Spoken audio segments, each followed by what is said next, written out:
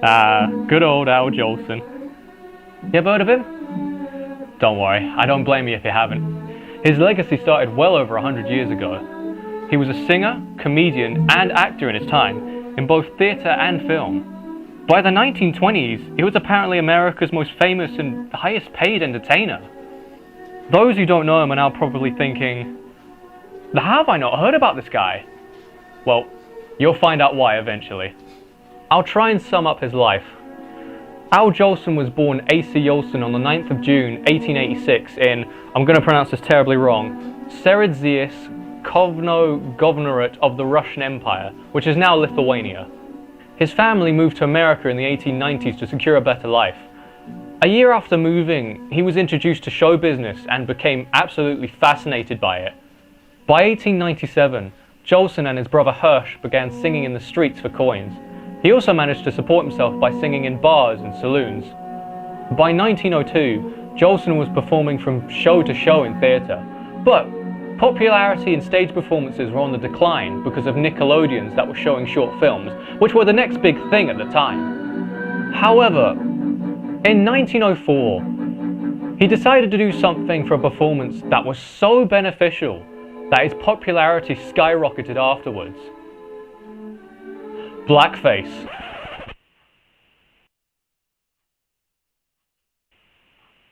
Yep. It made such a big impact on his career that he began wearing blackface from there on.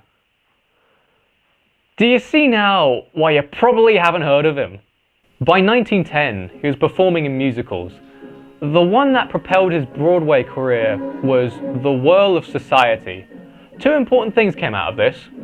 The first one was a quote, "You ain't heard nothing yet." The second was his signature blackface character called Gus. Now I'll talk about Gus later on. His career was so big that his salary of $1,000 a week was doubled. Now I've done the calculations and $2,000 from 1914 inflation adjusted to 2020 would now be $51,983.60 a week. A week. That salary even went up to $15,000 a week, but I don't know when that was recorded exactly, so I can't get a proper exact inflation adjustment on that. By the mid to late 20s, Al Jolson was making his film debut, and it was massive. Not simply because it was Al Jolson, but it was also the first talkie film. That's right, The Jazz Singer. Wait a minute, you ain't heard nothing yet. Wait a minute, I tell you, you ain't heard nothing. You want to hear Toot Toot Tootsie? All right, hold on. Toot Toot Tootsie, goodbye.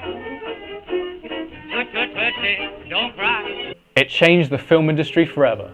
And with the star power of Al Jolson and the innovation in sound, it became the highest grossing film of 1927.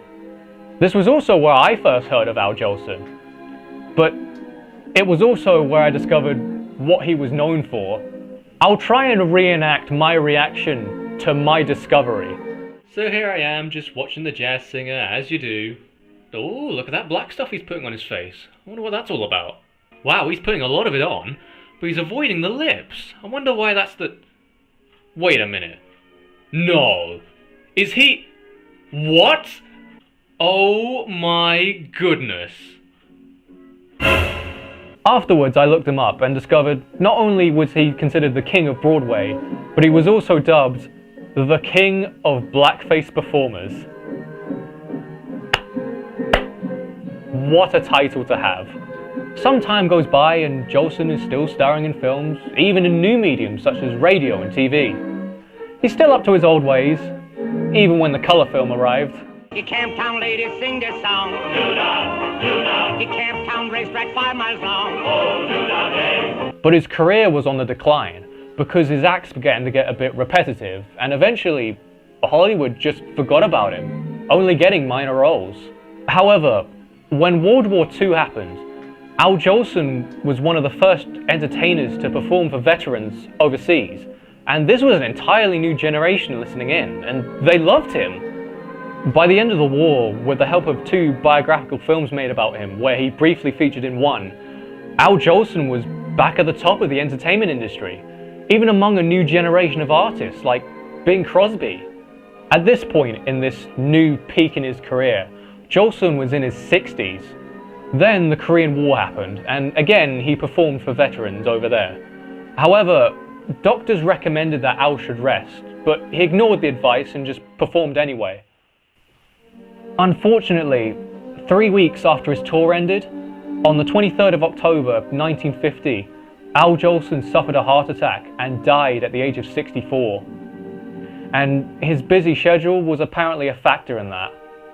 This man pretty much dominated the first half of the 20th century, and I had no idea until about a year ago. So, you've heard this guy's story, and perhaps some of you with your 21st century mindsets are probably thinking,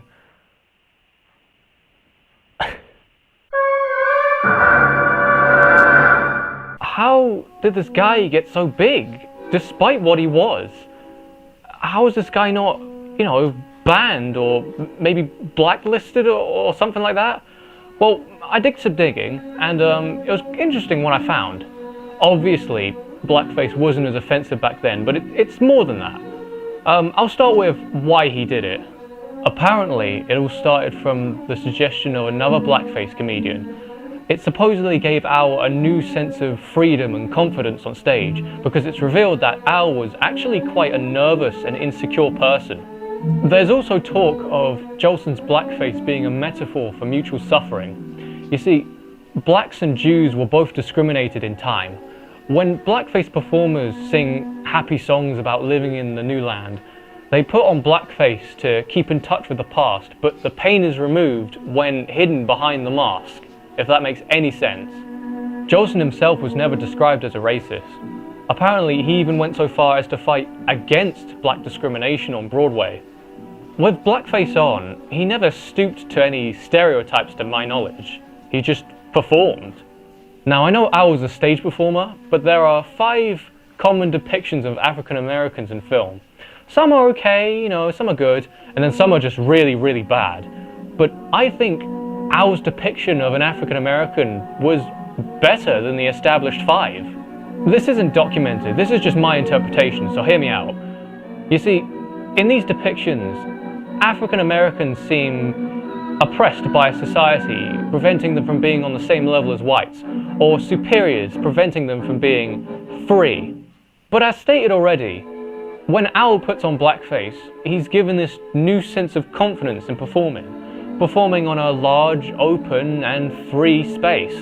You see, if anything, he's the most free, expressive, and eccentric black man that white people at the time would have known.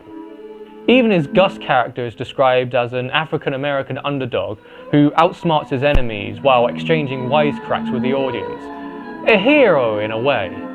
Jolson was said to have introduced African-American innovations such as jazz and blues to white audiences, and because of this new acceptance to jazz and blues, it became a moment where part of black culture became part of American culture. Jolson's influence was very beneficial to the black community. A new generation of African-American performers emerged after Jolson. Even some emerging black performers such as Jackie Wilson used Jolson as a direct influence in their lives. And there was plenty of African-American performers who attended his funeral as well. Well, more than performers, just plenty of African-American people who were in the entertainment industry in general. Back then, he was remembered as a hero. But of course, now, he's only remembered for his blackface. The man was honoured with not only a theatre named after him, but also a street and a statue. I'm not going to say where they are exactly, just in case there's some extreme activists watching. I don't expect everyone to agree with everything said in this video, especially when I know that there's people who make online reviews of the jazz singer, but they apply their modern standards to their review and disregard the historical context. But there's also one other thing that carries on his legacy, and I am so shocked that this is still around. Tribute acts. Yep, some guy in the world has the balls to do a tribute act to Al Jolson in this day and age. This guy I'm showing right now, I'm not going to say his name or anything because I don't want people to go after him, but he did this for 37 years before quitting in 2015. And of course, all that time, he has had some flack, to say the least. Hilariously enough, that same year, 2015, he planned to perform in Baltimore, and a few months prior, riots occurred over the death of African-American Freddie Gray, who was killed by police. He wanted to perform as a fundraiser for the officers, and ironically, this guy was a former officer himself. Maybe one day, people will look back on Al Jolson for his achievements instead of what he wore. I mean, he's currently just buried in history. I mean, at least he's not getting cancelled on Twitter.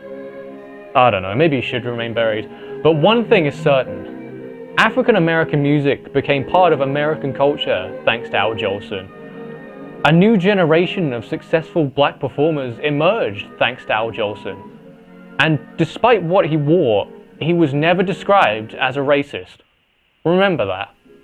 If you want to learn a little bit more about him, I'll put like a YouTube card somewhere up there, and it's just going to be another link to another more detailed video about his life.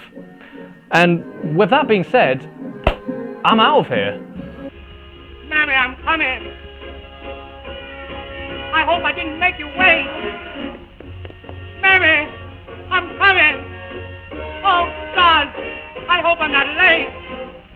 Mammy, don't you know me?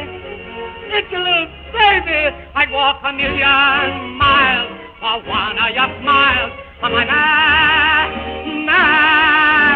me.